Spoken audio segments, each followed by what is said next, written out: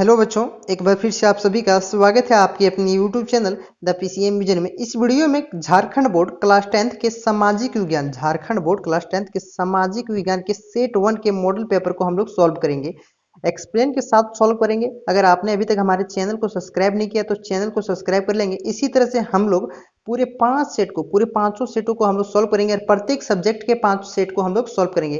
Class 10th और 12th के दोनों के पूरे पांचों सब्जेक्ट को हम लोग सॉल्व करेंगे। अभी तक आपने सब्सक्राइब नहीं किया तो अवश्य सब्सक्राइब कर लेंगे। साथ ही साथ हमारे टेलीग्राम ग्रुप को अवश्य ज्वाइन करेंगे। डिस्क्रिप्शन में उसका लिंक दिया हुआ है। टेलीग्राम ग्रुप को ज्वाइन कर लेंगे, जिससे आपको यहाँ से पीडीएफ आप प्राप्त कर सकते हैं और जरूरी नोटिफिकेशन, पीडीएफ के साथ साथ जरूरी नोटिफिकेशन भी आप प्राप्त कर सकते हैं। तो चलिए स्टार्ट करते हैं आज के प्रश्नों को।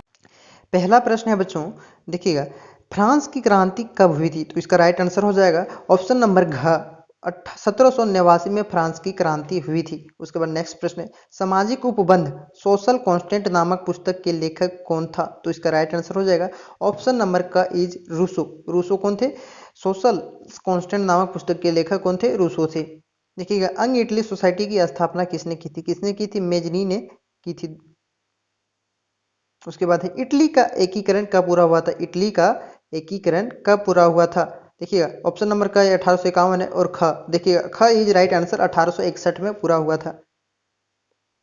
उसके बाद 5वां नंबर का प्रश्न है दोस्तों, शुल्क संघ जोड़ाराइन की स्थापना किसकी पहल पर की गई थी? किसकी पहल पर की गई थी? परसा के पहल पर की गई थी।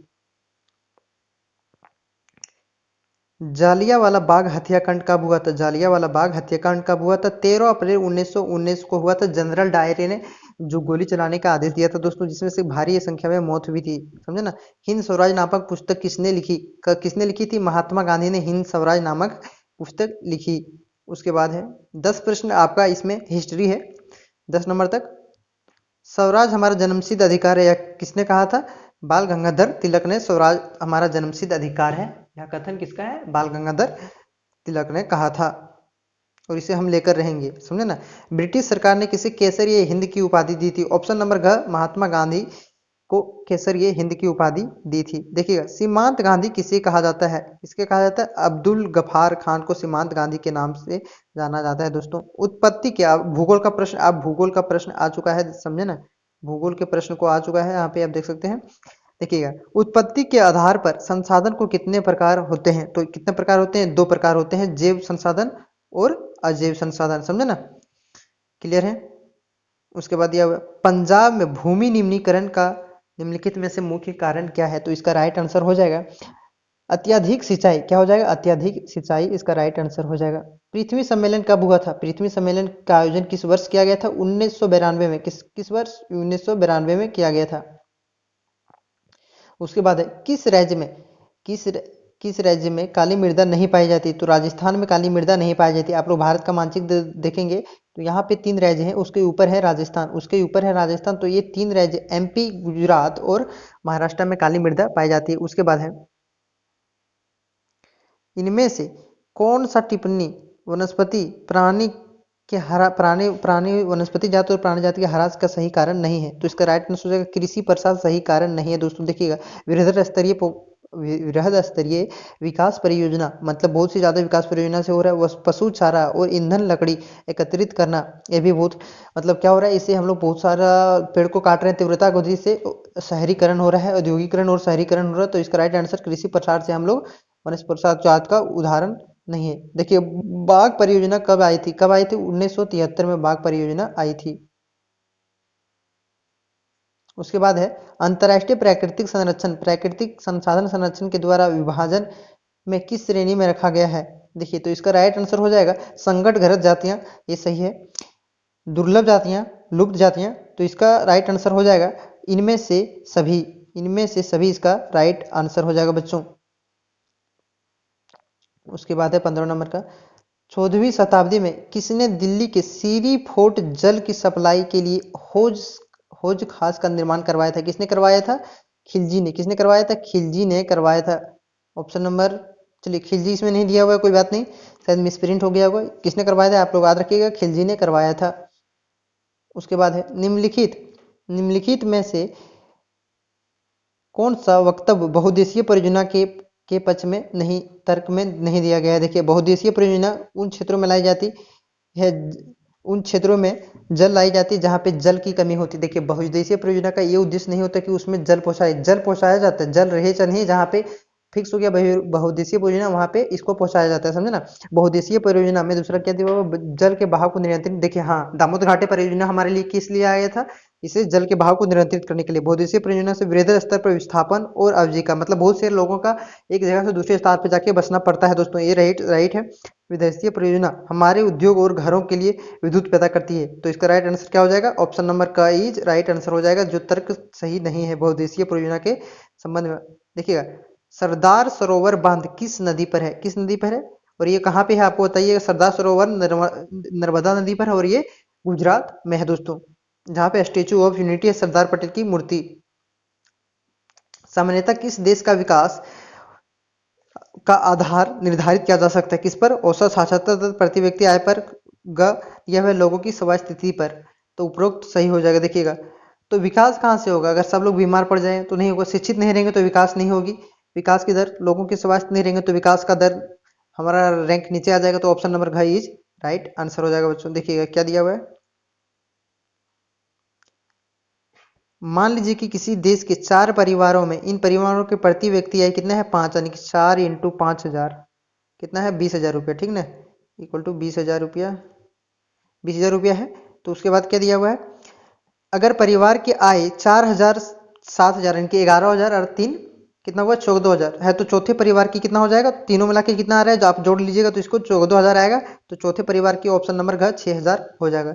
उसके बाद मानव विकास रिपोर्ट देश की तुलना किस आधार पर की जाती है, किस आधार पर की जाती है, स्वास्थ्य पर की जाती है, आप लोग कुछ देर पहले देखें शिक्षा पर की जाती है, और प्रति व्यक्ति वाई, ऑप्शन नंबर घ इज राइट आंसर उपरोक्त सभी।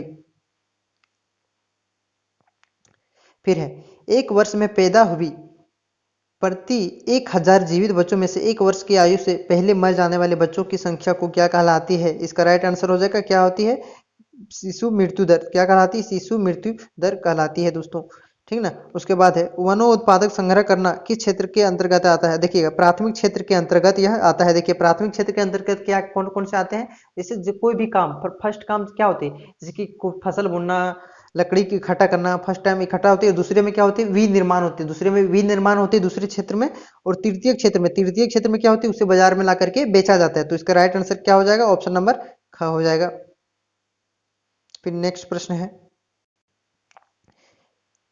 वे क्षेत्र जो सरकार द्वारा पंजीकृत होते हैं उन्हें सरकारी नियमों और वाणिज्यों का अनुपालन करना पड़ता है, तो वो कौन सा क्षेत्र कहलाते हैं, संगठित क्षेत्र, क्या कहलाते हैं, संगठित क्षेत्र, समझे ना, इसको पहले हम बता चुके हैं, तो इसका राइट आंसर हो जाएगा ऑप्शन नंबर क इज राइट। उसके बाद है सुरेश, रमेश, सुरेश, नरेश, राकेश 4 भाई हैं।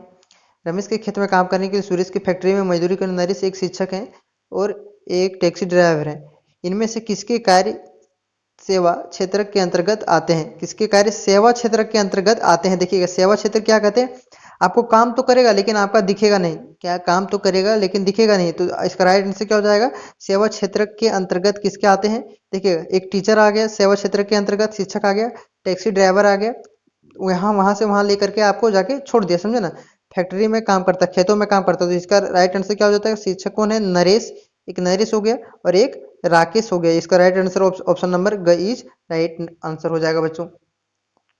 उसके बाद यह है 28 नंबर, देखिए क्या दिया हुआ है, रोहन एक अकुशल बेरोजगार युवक है, वह रोजगार गारंटी अधिनियम देने वाली सरकार मनरेगा के तहत अपना पंचायत में पंजीयन करवाता है। रोहन को वर्ष में कितने दिन रोजगार की गारंटी मिलेगी, मनरेगा तक के तहत कितने दिन, 100 दिन गारंटी, रोजगार की गारंटी मिलती है, नहीं तो आपको बेरोजगारी भत्ता दी जाती है, ठीक ना, क्लियर है। उसके बाद है एक खेत में लक्ष्मण उसके परिवार के 4 व्यक्ति जिसने सालाना 20 क्विंटल गेहूं का उत्पादन होता है। लक्ष्मण के चचेरे भाई करण के एक वर्ष में लक्ष्मण के उसके परिवार के साथ मिलकर कार्य करते हैं, परंतु उसमें बिल्कुल भी उत्पादन में कोई वृद्धि नहीं हुई थी, के कारण परिस्थिति में किस श्रेणी में आ जाएगा, तो इसका राइट आंसर क्या हो जाएगी, मौसमी बेरोजगारी, मौसम के कारण उसमें कोई भी वृद्धि नहीं हुई बच्चों, तो इसके क्या हो जाएगा, मौसमी बेरोजगारी, इसका राइट आंसर हो जाएगा, ठीक ना। उसके बाद है अर्थव्यवस्था में प्रत्येक क्षेत्र में अंतिम उत्पाद की ही गणना क्यों की जाती है, इसलिए की जाती है क्योंकि दोहरी गणना की समस्या से बचने के लिए की जाती है, तो ऑप्शन नंबर ख इज राइट हो जाएगी। सत्ता की साझेदारी के संबंध में निम्न में से कौन सा कथन असत्य है? तो इसका राइट आंसर हो जाएगा ऑप्शन नंबर 31 का ऑप्शन नंबर ग इज राइट आंसर हो जाएगा। यह अस्थिरता एवं आपसी फूट को बढ़ाती है। क्लियर है आप लोग बच्चों? उसके बाद निम्नलिखित में से कौन बेल्जियम की एक भाषीय समूह नहीं है? कौन सी नहीं है? स्पेनिश नहीं है बेल्जियम की भाषीय समूह। उसके बाद है स्वतंत्र राष्ट्र बनने के बाद श्रीलंका में किसे राजभाषा घोषित किया गया? सिंहली को राजभाषा घोषित किया गया है। आप लोग सत्ता की साझेदारी पढ़िएगा तो उस चैप्टर में बहुत ही अच्छे से बताया गया। श्रीलंका कब स्वतंत्र हुआ? 1948 में श्रीलंका स्वतंत्र हुआ था बच्चों। निम्नलिखित में से कौन संघवाद की एक विशेषता नहीं है? तो इसका राइट आंसर हो जाए देखिएगा यह देखिएगा यहाँ सरकार की दो या दो से अधिक स्तरों वाली होती है। तो संघवाद की विशेषता यह नहीं है दोस्तों। क्या है? यह संघवाद की विशेषता नहीं है। तो इसका राइट आंसर ऑप्शन नंबर ग इज हो जाएगा। देखिएगा ये संघवाद की विशेषता है, ये संघवाद की विशेषता है बच्चों। देखिएगा अलग अलग स्तर में सरकार एक नागरिकता समूह पर शासन करती है, ठीक है। एक देखिए राज्य पर करती है और एक देश पर करती है। विभिन्न स्तरों पर सरकारों के अधिकार क्षेत्र संबंधित संविधान में अशुद्ध रूप से वर्णित नहीं होते, लेकिन देखिए हमारा वर्णित है। हम लोग का संविधान कैसा है? देश कैसा? संघवादीय विशेषता है, समझे ना हम लोग देश का। तो इसमें संविधान में बताया गया संघवर्ती सूची, संघ सूची और समवर्ती सूची। संघ सूची, राष्ट्रीय सूची और समवर्ती सूची जो है 3 सूची, उसमें सभी के कार्य क्षेत्र को बांट दिया गया बच्चों। तो ऑप्शन नंबर ग इज राइट आंसर हो जाएगा। निम्नलिखित में से कौन भारत की अनुसूचित भाषा के रूप में शामिल नहीं है? तो कौन हो जाएगी? अरबी भाषा। अरबी भाषा बहुत ही आसान प्रश्न है ये। अरबी भाषा अरब देशों वालों के लिए, तो इसे शामिल नहीं किया गया। इसे 47 को 8वीं अनुसूची में शामिल किया गया था। निम्नलिखित में से कौन सम्मिलित नहीं है? राज्य सरकार, देखिए सूची वाला गया, राज्य सरकार राज्य सूची, केंद्र सरकार संघीय सूची, 3 प्रकार के, केंद्र और राज्य सरकार समवर्ती सूची, स्थानीय सरकार को कोई भी सूची नहीं दिया। ऑप्शन नंबर घ इज राइट आंसर हो जाएगा बच्चों। देखिए 38 नंबर देखिए, भारत में विकेंद्रीकरण के संबंध में कौन सा कथन सत्य है? जब स्थानीय स्वशासी निकायों चुनाव नियमित रूप से कराना संवैधानिक वैध नहीं है। वास्तविक विकेंद्रीकरण की दिशा में एक बड़ा कदम 1992 में उठाया गया, ठीक है। ये कम से कम 1/4 पद महिलाओं के लिए आरक्षित है। तो ऑप्शन नंबर घ इसका राइट आंसर जो पर नगर पालिका के चुनाव राष्ट्रीय चुनाव आयोग नामक स्वतंत्र संस्था नहीं कराती है, वहां के लिए राज्य की चुनाव आयोग होती है बच्चों, समझे ना। उसके बाद नेक्स्ट प्रश्न है,